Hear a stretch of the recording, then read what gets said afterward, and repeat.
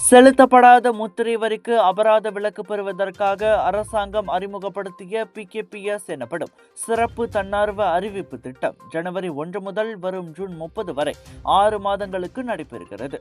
இது 2023 ஆண்டு ஜனவரி 1 முதல் 2025 ஆண்டு டிசம்பர் 31 வரை நிறைவேற்றப்பட்ட அனைத்து ஆவணங்களுக்கும் பொருந்தும் என உள்நாட்டு வருவாய் வாரியமான LHDN தெரிவித்துள்ளது. அபராத விலக்கு பெற தனி விண்ணப்பம் தேவையில்லை. வழங்கப்பட்ட இந்த 6 மாத சலுகை காலத்தில் முத்திரை வரி செலுத்தும் போது தானாகவே விலக்கு வழங்கப்படும்.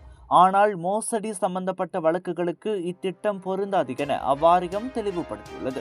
அதே சமயம் PKPS-இல் பதிவு செய்யப்பட்ட ஆவணங்கள் மீண்டும் தணிக்கை செய்யப்பட மாட்டாது. ஆனால் PKPS-க்கு வெளியே உள்ள பிற ஆவணங்கள் தணிக்கைக்கு உட்படுத்தப்படலாம். எனவே பொதுமக்கள் தங்கள் ஆவணங்களை முன்கூட்டியே பதிவு செய்து கட்டணங்களை செலுத்துமாறு LHDN அறிவுறுத்தியுள்ளது. இது குறித்து மேல் விவரங்களுக்கும் வழிகாட்டுதல்களுக்கும் www.asale.gov.my என்ற அதிகாரப்பூர்வ தளத்தை வலம் வரலாம்.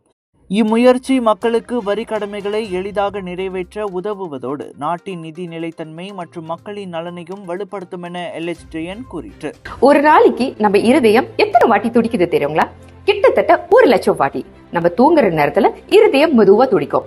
நம்ம இருதயம் ஒரு என்ஜின் மாதிரி நான் ஸ்டாப்பா உடம்பு முழுதும் ஆக்சிஜன் பம்ப் பண்ணிட்டு கார்பன் டை ஆக்சைடை வெளியாக்கிடுறோம். ரத்த ஓட்டம் இருதயத்துக்கு சீரா இல்லைன்னா பல பிரச்சனைகள் வர ஆரம்பிக்கும். உயர் ரத்த கொதிப்பு, இருதய சம்பந்தப்பட்ட நோய்கள் மற்றும் பல. டெஸ்லி டென்ஷனோட மகிமை ரத்த ஓட்டத்தை சீராக்கிடும், இருதயத்தின் சுமையை குறைக்கும். டெஸ்லி உங்கள் ஆரோக்கியத்தின் நண்பன்.